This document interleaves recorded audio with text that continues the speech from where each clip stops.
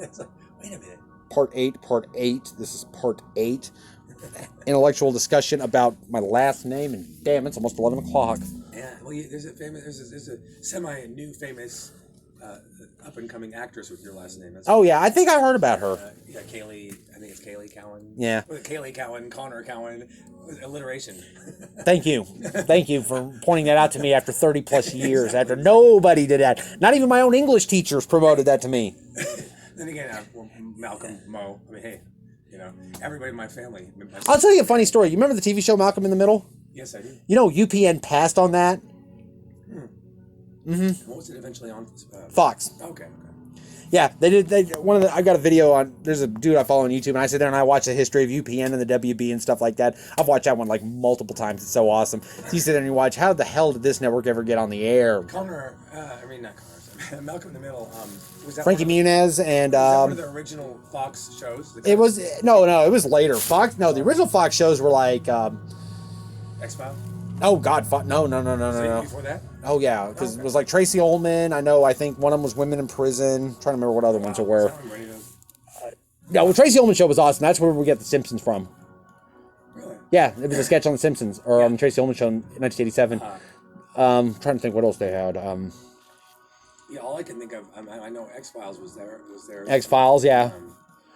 Yeah, because one of the first things that Fox did when they got on the air was they threw a crap load of money at Joan Rivers and said, "Here, come beat Johnny Carson at late night." And how many have been trying that ever since? No, actually, Fox has failed. The one time Fox got a hit in late night, they screwed it up. They got Arsenio Hall to fill in as a guest host. Lasted 11 weeks, finished out the run of the show, and then Fox didn't bother keeping him. They put the Wilton North Report on, though, too. And when that show tanked, they realized, they brought Arsenio back. They offered him the deal for like $2 million a year, and he smelled leverage. He went to Paramount. He was going to get paid like $100,000 a week, plus the profits of his show. He was making $12 million a year. Wow. In 1990. Yeah, I remember him being on a bit. Oh, I loved Arsenio. Yeah, when I did variety show, I had 3 influences. Johnny Carson, obvious. David Letterman, Arsenio. Those were my 3 influences when I did variety show. Interesting.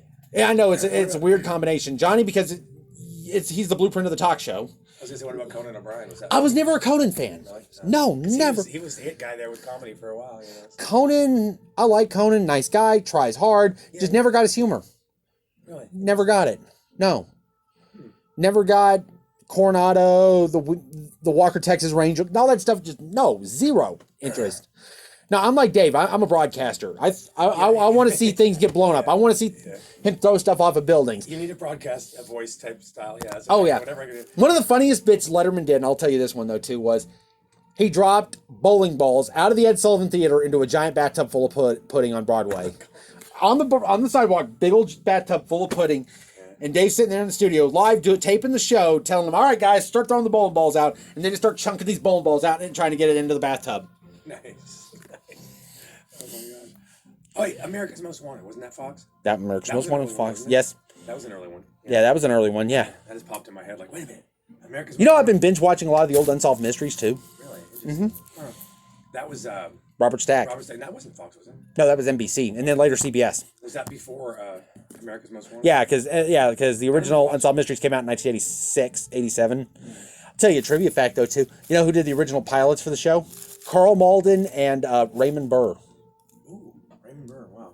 Had them both do it, and they offered them both the job as host, but their salary demands were too high, and General Electric and NBC didn't want to pay them. Raymond Burr was was Perry Mason and Ironside. He was also the evil neighbor guy in Rear Window. Oh, I never thought of that. With Grace Kelly and Jake Stewart, man.